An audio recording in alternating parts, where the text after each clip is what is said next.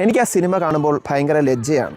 തൻ്റെ സിനിമാ ജീവിതത്തിലെ 5ാമത്തെ സിനിമയായി പുറത്തിറങ്ങിയ തൃഷ്ണയെക്കുറിച്ച് മമ്മൂക്ക പറഞ്ഞ വാക്കുകളാണിവ. 1981 MD IV ശശി രതീഷ് കൂട്ടുകെട്ടിൽ പുറത്തിറങ്ങാനിരുന്ന സിനിമയായിരുന്നു തൃഷ്ണ.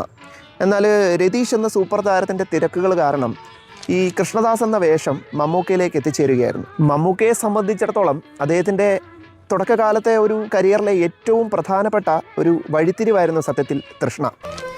എന്തൊക്കെയോ നഷ്ടപ്പെട്ടു എന്ന് തോന്നി തുടങ്ങിയത് ശ്രീദേവി കണ്ടുമുട്ടിയപ്പോഴാണ്. മാംസത്തിനു വേണ്ടി അല്ലാത്തൊരു മോഹം. എന്നെ അത്രയ്ക്ക് അടുത്തറിയില്ലല്ലോ. ഒരു ഫാൻസി, അത് മറന്നേക്കോ? നോ, അറിയാൻ ചിലപ്പോ ഒരു സെക്കൻഡ് മതി. സത്യം പറഞ്ഞാൽ ഒരു 84-ലോ 86-ലോ 87-ലോ ഒക്കെ ആയിരുന്നു തൃഷ്ണ റിലീസെങ്കിൽ നമുക്ക് കൃഷ്ണദാസ് എന്ന റോള് അദ്ദേഹം ഇതിലും വളരെയേറെ മികച്ചതാക്കുന്നതായിട്ട് കാണാമായിരുന്നു.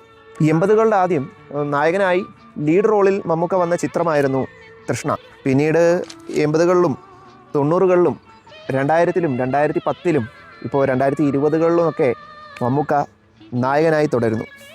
ആ ഒരു യാത്ര ഇന്നിപ്പോൾ പദയാത്ര എന്ന സിനിമ വരെ എത്തി നിൽക്കുകയാണ്. തേച്ചു മിനുക്കിയതാണ്, അഭിനയിച്ച് തെളിഞ്ഞതാണ് മലയാളത്തിൻ്റെ മഹാനടൻ.